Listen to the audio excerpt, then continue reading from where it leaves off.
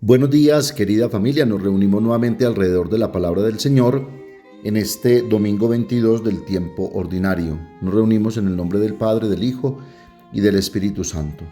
Ven, Espíritu Santo, llena los corazones de tus fieles, enciende en ellos el fuego de tu amor y renovarás la faz de la tierra. Espíritu Santo, ilumínanos y santifícanos. María, Madre de la Iglesia, ruega por nosotros. La primera lectura está tomada del libro del profeta Jeremías, capítulo 20, versículos 7 al 9, Salmo 62. La segunda lectura está tomada de la carta de San Pablo a los Romanos, capítulo 12, versículos 1 al 2. Lectura del Santo Evangelio según San Mateo, capítulo 16, versículos 21 al 27. En aquel tiempo empezó Jesús a explicar a sus discípulos que tenía que ir a Jerusalén y padecer allí mucho por parte de los ancianos, sumos sacerdotes y escribas, y que tenía que ser ejecutado y resucitar al tercer día. Pedro se lo llevó aparte y se puso a increparlo. No lo permita Dios, Señor. Eso no puede pasarte. Jesús se volvió y dijo a Pedro: Quítate de mi vista, Satanás, que me haces tropezar. Tú piensas como los hombres, no como Dios. Entonces dijo a sus discípulos: El que quiera venirse conmigo, que se niegue a sí mismo, que cargue con su cruz y me siga. Si uno quiere salvar su vida, la perderá, pero el que la pierda por mí la encontrará. ¿De qué le sirve a un hombre ganar el mundo entero si arruina su vida? ¿O qué podrá dar para recobrarla? Porque el Hijo del Hombre vendrá entre sus ángeles con la gloria de su Padre, y entonces pagará a cada uno según su conducta. Palabra del Señor. Parece increíble cómo pueden cambiar las cosas en el marco de una semana. Pedro, de ser roca sobre la que se funda la iglesia, hoy es Satanás, que se antepone como piedra de tropiezo para el florecer de la iglesia y del proyecto de Dios. Jesús va en camino hacia Jerusalén con el propósito único de hacer algo grande, el proyecto del Padre, la nueva creación, la Pascua, que es pasar de este mundo al Padre, abrirnos de par en par las puertas del reino de los cielos, que es el acontecer permanente de Dios en la historia de la humanidad y en la historia del mundo. Esta es la meta, pero para alcanzarla debe recorrer un camino doloroso, la Vía Crucis, que es el camino del amor al Padre y del amor a todos, hasta la entrega total de su propia vida. Mateo nos dice que Jesús comenzó a explicar a sus discípulos que tenía que ir a Jerusalén y padecer allí mucho por parte de los ancianos, sumos sacerdotes y escribas, y que tenía que ser ejecutado y resucitar al tercer día. Jesús hace con esto una revelación, es decir, la manifestación de una verdad que hasta el momento era desconocida y que ahora se revela como proyecto único de salvación. Por primera vez anuncia su destino a sus discípulos, pero encuentra la oposición de Pedro. Tal vez Pedro, todavía recubierto y galvanizado por la respuesta justa sobre Jesús: Tú eres el Mesías, el Hijo de Dios vivo, y por el papel y misión que le ha conferido el Señor delante de todos: ser la piedra sobre la cual se funda la iglesia. Tal vez Pedro comenzó, como todos los discípulos y como nosotros incluso, a alimentar las esperanzas inminentes de la llegada del mundo nuevo, de la liberación definitiva, del cumplimiento de las promesas como les habían enseñado, como las esperaban ellos y como estaban proyectadas por Dios. Pedro aparta a Jesús para reprenderlo o para enseñarle, para corregirle. Lo ve como un demonio al que hay que liberar, seguramente porque lo amaba y quería evitarle el sufrimiento. No solo el sufrimiento físico, sino sobre todo el sufrimiento de alejarse de Dios, como les habían enseñado e inculcado. Sin embargo, el suyo sigue siendo un bien demasiado humano y, según Jesús, diabólico, basado en la idea errónea de que Dios no puede permitir el sufrimiento.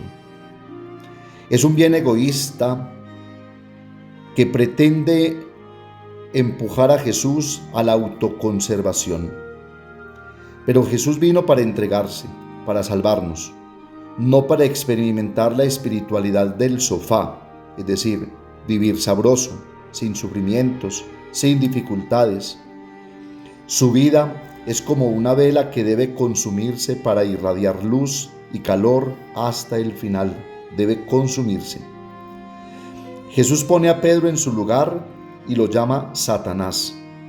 Jesús es fuerte y categórico, pero quiere dejarnos claro que esta forma humana de razonar es sugerida por el maligno, por ese impulso egoísta, prepotente y autosuficiente que hay en cada uno de nosotros, que obnubila la mirada, escondiendo la verdad de Dios, anteponiéndose al proyecto de Dios. El diablo nos engaña en nuestros pensamientos, llevándonos a razonar de una manera retorcida, siniestra y egoísta. Jesús le ordena a Pedro que no se ponga delante de él, porque así le sirve de piedra de tropiezo.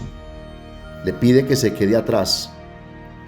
Es Pedro quien debe seguir a Jesús, sino al revés, Jesús a Pedro.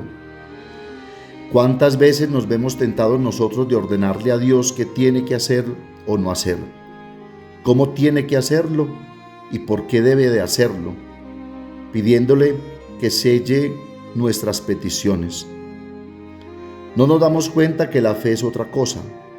Es pedirle a Dios que nos ayude a comprender y hacer lo que Él quiere.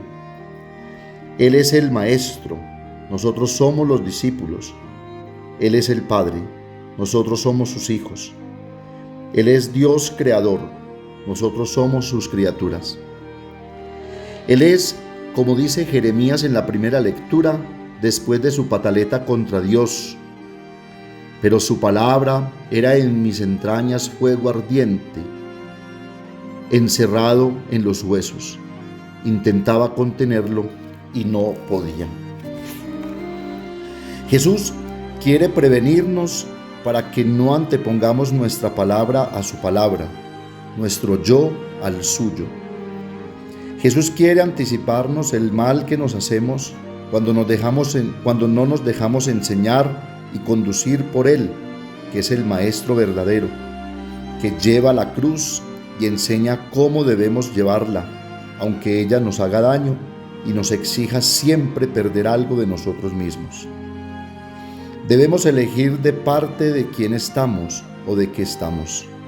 ¿Estamos de parte de la cruz y de Jesús, que es un darse y aceptar la voluntad de Dios? ¿O más bien estamos de parte del creer que ya lo sabemos todo y de incluso enojarnos con Dios porque las cosas no salen como yo pretendo y quiero que Dios las haga en mi favor? Por eso Jesús se pone delante y dice a todos sus discípulos, y por supuesto a cada uno de nosotros hoy, cuáles son las condiciones para seguirlo.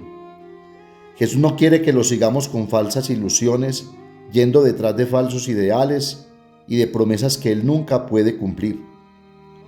Seguirlo a Él no es ir detrás de espejismos, sino de realidades y de caminos verdaderos, no por trochas o caminos de herraduras o desechos para llegar anticipadamente y más rápido. Su camino es expedito y seguro porque Él es el camino. Sin embargo, es un camino con obstáculos que hay que superar siempre.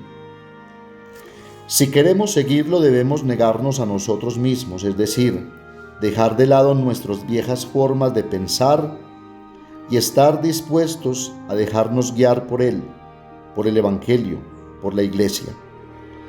Se trata de saber si queremos vivir para nosotros mismos o para el Señor, como dirá San Pablo en 2 Corintios 5:15 y Romanos 14:7-8.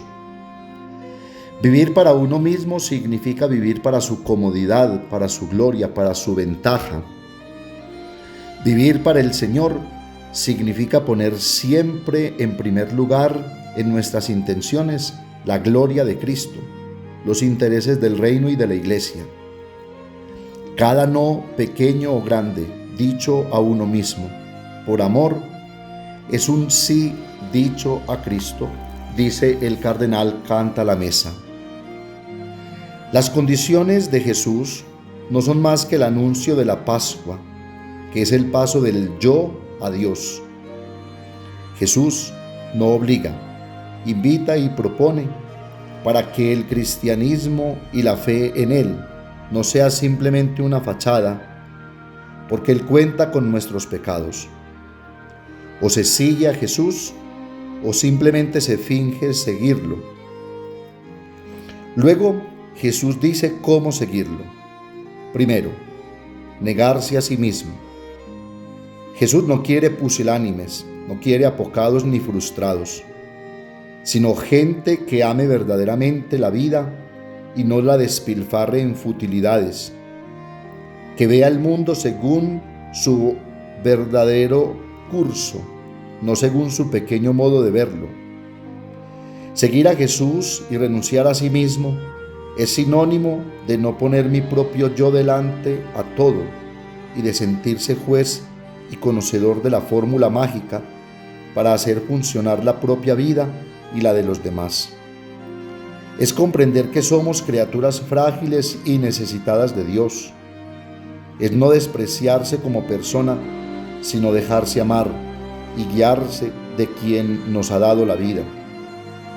Segundo, Jesús dice tomar la cruz cada día y seguirlo. No son no son queridas o mandadas por Dios, sino saber aceptar las situaciones de la vida, las sorpresas causadas o por los demás o por nosotros mismos. Tomar la cruz cada día es sacrificar tiempo y vida por un bien mayor. Es tener el deseo en la vida de hacerse don. Es no rendirse nunca. Es sacrificar algo por algo. Recordemos que la palabra sacrificio viene o deriva del latín sacrum facere, que significa hacer algo sagrado. Así, todo sacrificio es una oferta para no rendirse y doblegarse al mal del mundo, para no caer en la dinámica diabólica de aquel que divide, que es el demonio o Satanás o el diablo, sino resistir para sanar, para acoger, para perdonar y para perdonar siempre. El Evangelio de hoy no es simplemente un gran reproche o un regaño de Jesús a Pedro, sino que se puede definir como el Evangelio del florecer de la vida y saber cómo florecer según Jesucristo. Jesús nos da una receta. Si te donas, floreces. Si pretendes conservar la vida, pereces y te marchitas. Debemos mirar más bien el modo como se busca a Dios y no cómo busco simplemente mi propio yo. Dejemos entonces que la palabra de Dios de este domingo nos ilumine especialmente en la realidad que hoy vivimos, para que aprendamos a ponernos detrás de Jesús y no delante, y nos dejemos enseñar por Él, que es el verdadero Maestro que conduce a la vida verdadera y que nos hace plenamente felices, aunque tengamos que cargar con la cruz, pero siempre en la esperanza de la resurrección. La Santísima Virgen María nos ayude a amar nuestras cruces, a renunciar a nosotros mismos y a seguir a Jesús sin perderlo de vista, para que podamos seguir su camino que nos introduce en el reino de los cielos. Amén. Padre nuestro que estás en el cielo, santificado sea tu nombre. Venga a nosotros tu reino, hágase tu voluntad en la tierra como en el cielo. Danos hoy nuestro pan de cada día, perdona nuestras ofensas, como también nosotros perdonamos a los que nos ofenden. No nos dejes caer en la tentación y líbranos del mal. María, Madre de la Iglesia, ruega por nosotros. El Señor nos bendiga, nos guarde de todo mal y nos lleve a la vida eterna. El Señor esté con ustedes. Y la bendición de Dios Todopoderoso, Padre, Hijo y Espíritu Santo, descienda sobre ustedes y los acompañe siempre. Que tengan un feliz domingo, un buen descanso y una feliz semana en el Señor. Y recuerden que los padres de la parroquia los queremos mucho.